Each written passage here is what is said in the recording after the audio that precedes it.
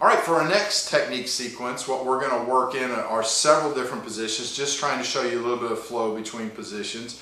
I think for the entry, what we'll use is we'll use the oblique kick, which comes from this position and this movement in the kata. That'll be our oblique kick. Let's go into a neck clinch, which is the yoi position. We can off balance from there, use our elbow strike, okay? We can use knees, we can use a headbutt, okay? So that's another meaning to the yoi position, is being in here. We can drop and headbutt in, all right? Switch from that to an underhook, okay? Switch from there. So remember, the underhook is the single position. Underhook and reverse collar, okay? That's the stacked position, okay, here.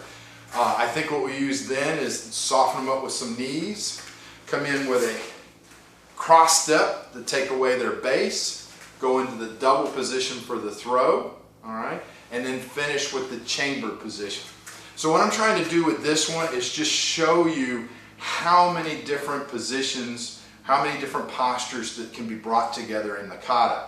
Remember, kata can be interpreted in the order in which it's done. The other way to look at it is to think of each posture as a letter in the alphabet, and I take the letters as needed and I put them together to make them work for what I need at this point in time to solve things. So let me get Glenn and we'll show you this, okay? I think one of the things you need to keep in mind is I'm showing you a sequence. What I might do in reality could cut short at any time because I see I have an advantage and it might be quicker to go into the second Naihanchi throw to take them down. You know, the thing is once you have these skill sets in your muscle memory, then you drive yourself by the 3 goals of combat and you take advantage of what you've created at any given time, okay? So just to walk through it for the first time, we're going to do, I'll tell you what, back up just a little bit, okay? So let's work off a jab. So as he jabs, I'm going to do an oblique kick. Come right in, okay, and get my yoi position, my neck collar. I can turn him. There's my elbow strike. I'm going to roll this back in to have control. I can drop a headbutt in there, knee strike at any given time. Right here, I'm going to switch to an underhook, okay? I could be controlling the arm, trying to pull it into the chamber position. Remember also, if he brings that arm back, if it slips out and he brings it back to punch, I'm going to take it into a Y position to keep him from punching me, okay? Reality is I'm not going to stay there but a moment because I'm going to switch him to the underhook and reverse collar. Try and punch me now.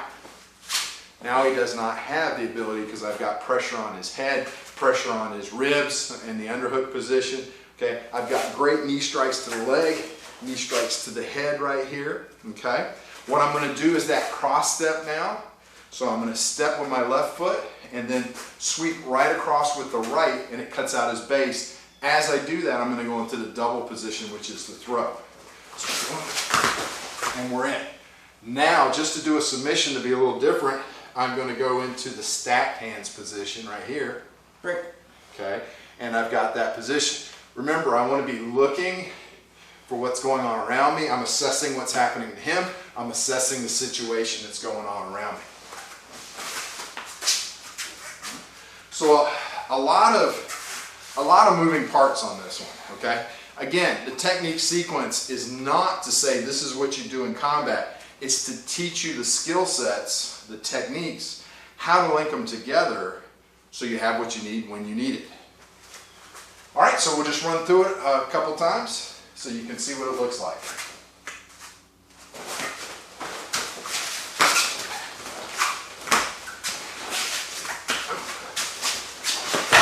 Okay, so I did it a little different on purpose, okay?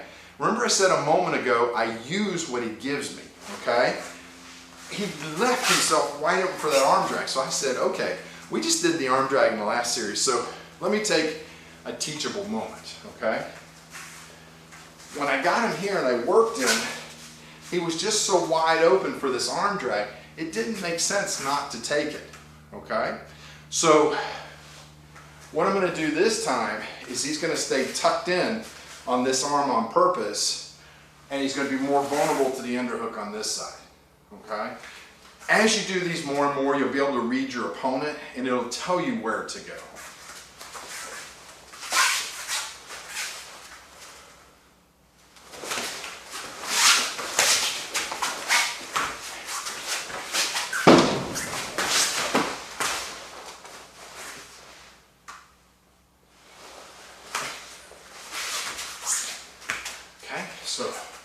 do that one more time from a different angle.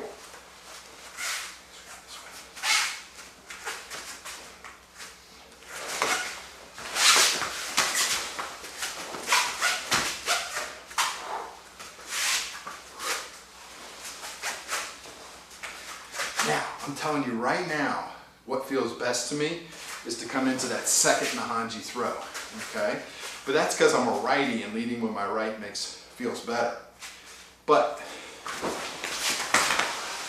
there's our throw, break, there's our finish, and away we go. So one of the other things is in a previous video, if you're not watching these in order, I hope you are, I talked about a few things. So going back to the technique a moment ago, I explained that it felt better for me at that moment to go in immediately and do the second Naihanchi throw. So because I'm a righty, I tend to want to lead in with my right side.